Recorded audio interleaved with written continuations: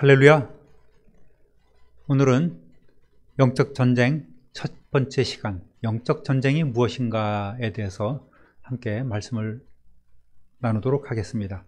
세상은 평화를 원합니다. 그러나 평화를 원하는 인간의 바람과는 상관없이 세상에는 여전히 수많은 전쟁들이 존재합니다. 일어납니다. 하루도 쉴 새 없이 진동하는 폭발음과 화약 연기로 인하여 지구촌은 정말 시끄럽기 그지없습니다. 마태복음 24장에 말세의 징조가 나오는데 나라와 나라가 민족이 민족을 대적합니다. 종교와 이념의 갈등, 영토와 경제 문제 등으로 인해서 전쟁과 테러가 일어나고 인종 청소의 소식도 끊임없이 들려오고 있습니다. 지구상의 유일한 분단 국가인 우리나라도 끊임없는 북한의 도발로 인해서 좀처럼 긴장의 끈이 풀어지지 않습니다.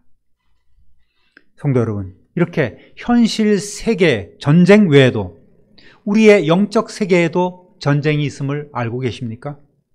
혹시 아직도 이러한 사실을 모르고 계신다면 그분은 이미 사탄의 포로나 노예가 되어 있을 확률이 상당히 높습니다. 올 초에 새해를 맞이하면서 올해는 성경을 얼만큼 읽고 내가 누구누구를 전도하고 또 이렇게 교회에서 또 이웃을 섬기며 살아가겠다 결심했지만 한 해가 거의 다 지나간 지금은 어떻습니까? 민망해서 웃으시는 분들은 이미 폐잔병일 가능성이 매우 높습니다. 그만큼 사탄은 교묘하게 우리에게 침투해서 우리의 마음을 합리화시키길 좋아합니다. 이 정도면 잘한 것이지, 이렇게 정신승리에 빠지게 하고 미루고 게으르게 하고 있습니다. 또 주님의 일을 한다고 하면서 교회에서 다투고 또 교만하고 함부로 말하고 내 이웃에게 상처를 주고 실망하게 하고 급기야는 시험이 들어서 교회 공동체를 떠나게 하는 방법도 즐겨 사용하는 사탄의 전략이기도 합니다. 최근 외부에서 신앙 상담하는 기회가 생겨서 사정을 들여다보니까 많은 경우 교회에 대해서 실망하고 사람에 대해서 상처 입고 떠난 이들이 의외로 많다는 것을 느꼈습니다. 현실을 안다는 것은 그만큼 중요한 것입니다. 어쨌든 성도님들은 영적 전쟁이란 말을 많이 들어보셨겠지요. 늘 듣기만 하다 보니 무뎌져서 이것은 상상 속의 일이거나 이건 뭐 하나님이 다 알아서 하시는 일이겠거니 내 영역 밖의 일이라고 생각하는 경향들이 있습니다. 그래서 내 몸이 직접 아프거나 힘들거나 하는 육적인 일이 아니면 별 관심을 두려워하지 않습니다. 그러나 이 땅에서는 세상 왕국과 하나님 왕국의 영적 전쟁이 치열하게 벌어지고 있는 전쟁터임을 우리는 알아야 합니다. 이 영토 확장 전쟁에 우리 모든 성도들도 내 의지와는 상관없이 이미 십자가의 군사로 참여하고 있음을 알아야 합니다. 우리는 며칠 동안 영적 전쟁이 무엇인지 또 그 영적 전쟁을 어떻게 치러가야 하는 것인지 핵심을 간략하게 살펴보기를 원합니다. 첫 번째, 영적 전쟁이 무엇인가? 사도 바울은 우리 인생을 싸움, NIV 성경 보면 투쟁이라고 표현되어 있고 또 킹 제임스 성경 보면 씨름, 레슬링이라고 이렇게 표현해 놓았습니다. 에베소서 6장 2절 보면 우리의 씨름은 혈과 육을 상대하는 것이 아니요 통치자들과 권세들과 이 어둠의 세상 주관자들과 하늘에 있는 악의 영들을 상대함이라 이렇게 기록하였습니다. 씨름이지만 우리는 선수로 나가는 것이 아닙니다. 이 싸움은 경기가 끝난 후에 승패를 떠나서 서로를 격려하며 우정을 나누며 스포츠 정신으로 승화되는 멋진 상황이 결코 아닙니다. 헤이, 미스터 사탄, 애썼어. 이번엔 내가 이긴 거야. 조심해. 여러분, 착각하지 마시기 바랍니다. 승패가 있고 삶이냐 죽음이냐는 진짜 전투인 것입니다. 그래서 바로 이어지는 13절 말씀에는 그러므로 하나님의 전신갑주를 취하라. 이는 악한 날에 너희가 능히 대적하고 모든 일을 행한 후에 서기 위함이라고 했습니다. 어느 누구도 레슬링 경기에 이렇게 갑옷으로 완전 무장하고 참여하지는 않습니다. 예, 전쟁이요, 바로 전투입니다. 두 번째로 우리는 영적 전쟁의 목적을 알아야 합니다. 이 전쟁의 목적은 우리의 구원을 위한 전쟁은 아닙니다. 우리의 구원은 이미 예수 그리스도의 보혈의 은혜로 완성되었습니다. 전쟁의 목적은 바로 하늘의 뜻이 땅에서도 이루어지는 것입니다. 하나님의 관심은 우리의 생명, 내 이웃의 생명입니다. 하늘 아버지의 뜻은 이 생명을 살리는 것입니다. 그래서 놀라운 사랑으로 우리를 이미 살리셨고 우리를 통해 이웃을 살리고 세상을 살리려 하시는 것입니다. 라이언 일병 구하기가 아닌 사탄 아래에 있는 이웃 구하기가 바로 이 전쟁의 목적인 것입니다.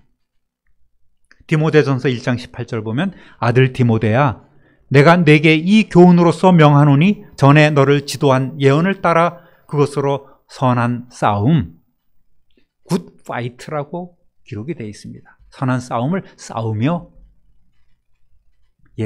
이 영적 전쟁은 바로 거룩한 전쟁, 성전이요 선한 싸움입니다. 그러면 우리의 전쟁 상대는 누구일까요? 우리의 삶의 현장에서 또 미래의 최후 승리를 얻기 위해서는 우리는 적을 알아야만 합니다. 손자병법 모공편에 보면 지피지기면 백전불태라는 말이 있습니다. 적을 알고 나를 알면 결코 위태로움이 없다는 말이지요. 백전백승, 백전불패, 이것은 적확한 말이 아닙니다. 우리의 싸움은 누구겠습니까? 오늘 본문을 보니까 사람과 같이 육신을 가진 존재를 상대하는 것이 아니라 통치자들, 권세들, 이 어두움의 세상 주관자들, 하늘에 있는 악의 영들이라고 했습니다. 이것은 모두가 다 영적인 존재들입니다. 본문에서는 악한 천사들의 계급을 말하고 있는 것입니다. 요한일서 5장 19절에 보니까 온 세상은 악한 자 안에 처해 있다고 했습니다. 악한 자가 지배하고 있다는 말입니다. 요한복음 14장 3절에는 사탄 마귀를 이 세상의 임금이라고 말하고 있습니다.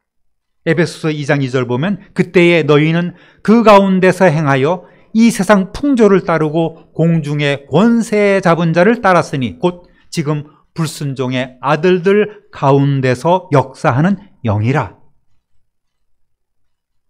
인류상 아담과 하와가 사탄의 유혹에 넘어가 하나님처럼 되려는 그 범죄를 저지름으로 인해서 하나님께 받았던 생육하고 번성하며 땅을 정복하고 다스리고 사용할 수 있는 모든 권한을 다 빼앗겨버리고 말았습니다. 그래서 사탄이 우리 대신에 통치자, 권세, 어두움의 세상 주관자들과 하늘에 있는 악의 영, 다른 말로 귀신으로 불리는 많은 졸개들을 거느리고 이 세상에 왕노릇을 하고 있는 것입니다. 이들은 아주 강한 힘을 가지고 있는 초자연적인 영적 존재들이며 또 인격적인 존재입니다. 이 마귀가 얼마나 우세를 떠는지 의시되냐 하면 예수님을 시험할 때도 눈 하나 깜짝하지 않고 예수님에게 다가오는 것입니다. 누가복음 4장 5절에서 7절 보면 마귀가 또 예수를 이끌고 올라가서 순식간에 천하 만국을 보이며 이르되 이 모든 권위와 그 영광을 내가 네게 주리라.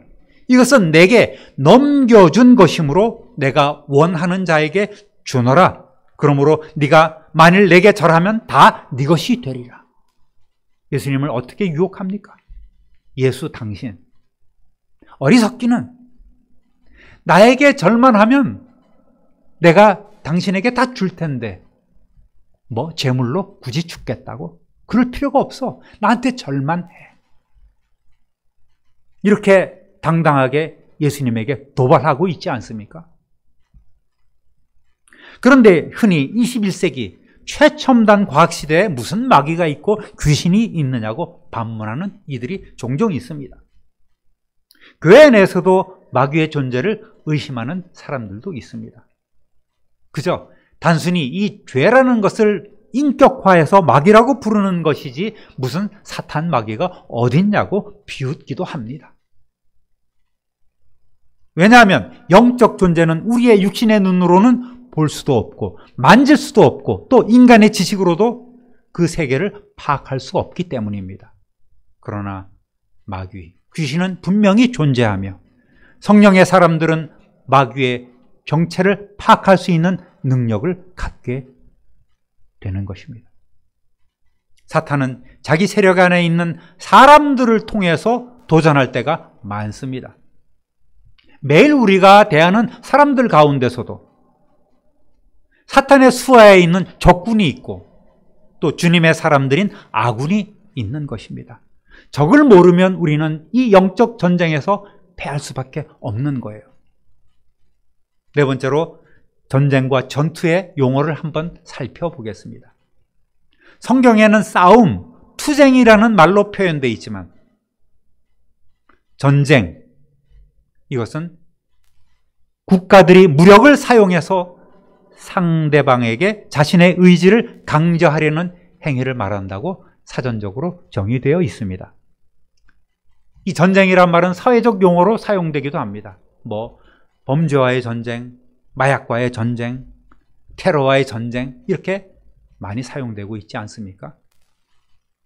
또 전투란 말이 있죠. 이것은 두 편의 군대가 제한된 시공간에서 조직적으로 무장하여 싸우는 것을 말합니다. 전쟁보다는 규모가 작지요.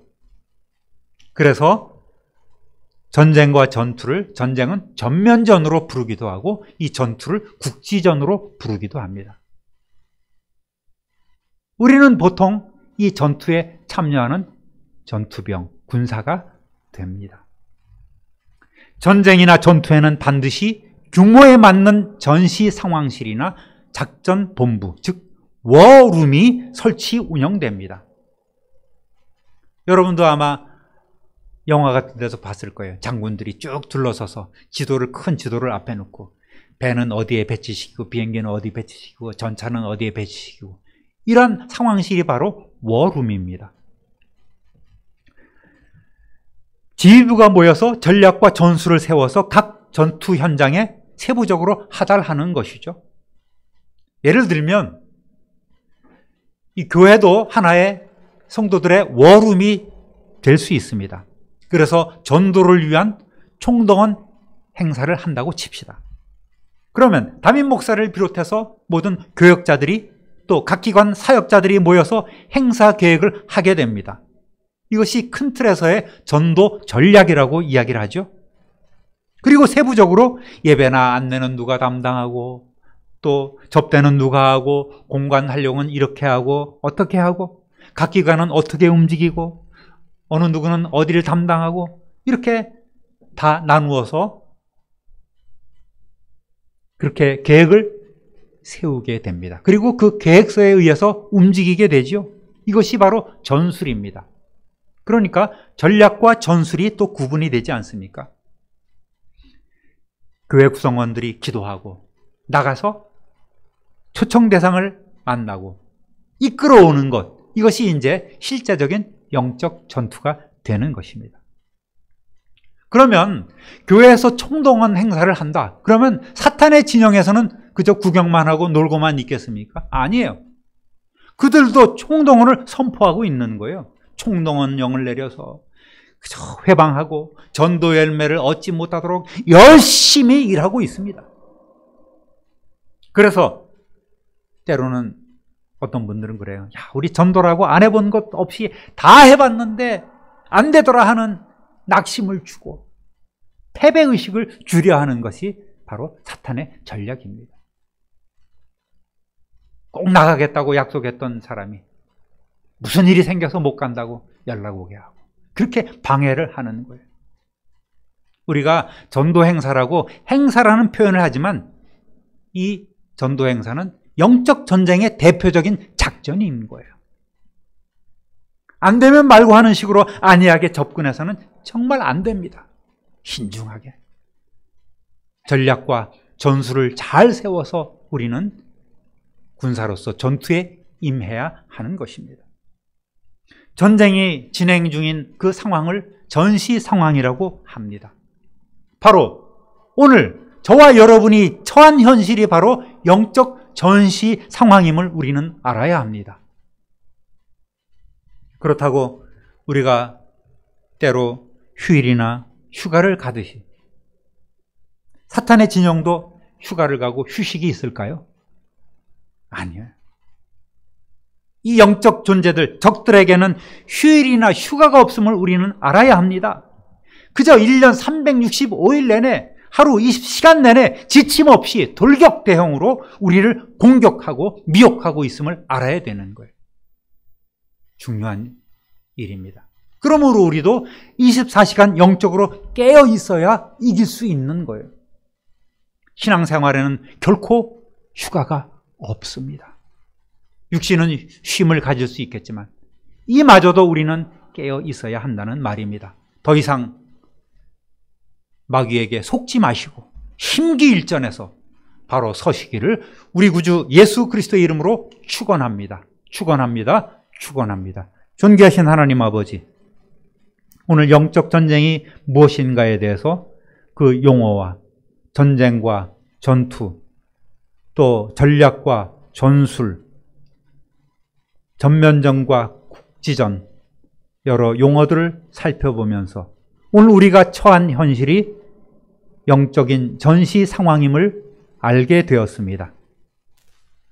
늘 깨어있게 하시고 근신하게 하시고 마귀 사탄의 전략을 이제는 잘 배워서 날마다 승리의 개선가를 부르며 하나님께 영광 돌리는 십자가의 용감한 군사들이 다 되게 하여 주옵소서. 우리 구주 예수 그리스도의 이름으로 축복하며 기도 올립니다. 아멘.